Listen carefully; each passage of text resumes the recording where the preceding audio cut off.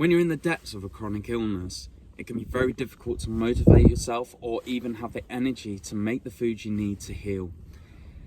Very early on, I realised that the overall risk and benefit of preparing myself food, doesn't have to be complicated, was overall a benefit to my journey. I think when it comes to having to use energy, which you inevitably have to do, whether it's making yourself food or accepting a food delivery order, is that you are going to have situations that aren't going to be ideal. It would have been much better if I had someone making and preparing that food for me, but I didn't have that living situation at all. So overall, I realised that these situations I was going to be put in, accepting the food order, taking the boxes into my house, having to organise them, and then making myself food, I knew I didn't have the energy to do it, but there was no other way around that situation, and I had to tailor my recovery around that.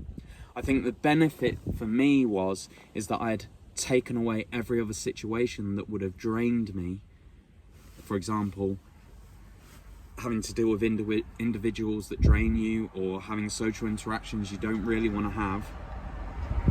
I had none of them. I tailored my situation to predominantly healing. And when it came to food preparation, I knew that there was no other way around this, and I was going to need to prepare food and eat food that was going to heal my body. I think you just have to look at the situation and do the best you can at the end of the day.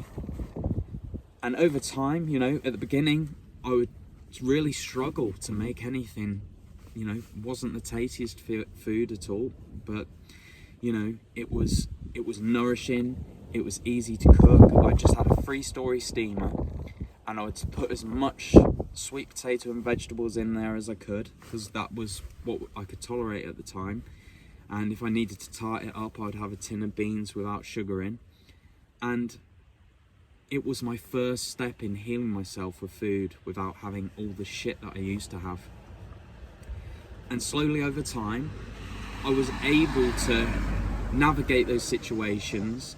For example, taking the order in for the delivery 6 months from when I started, and I actually had a chat with a guy, and I knew I was making progress.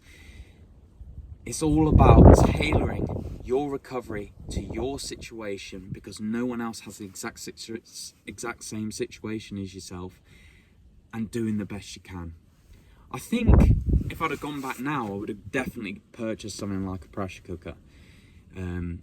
Instant Pots, just such a great idea. You can make really tasty, easy meals in just one pot. You shove everything in and you turn it on. I think that would have been great, because I'd have made myself a meal, put it on slow cook, and if I wanted a meal again during the day, I could just go and scoop some out, and it would have been the most time efficient and energy efficient way of feeding yourself without any added crap.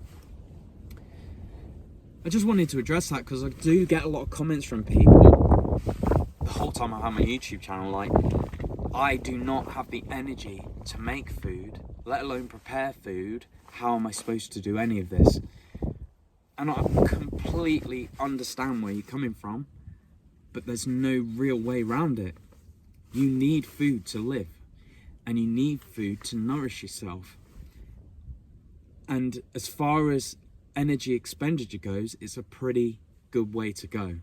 I know you might not feel like you have that energy, or you don't have that energy, but if you have the time to recover from those little interactions of making yourself that food, it's the best energy spent for your health and your journey.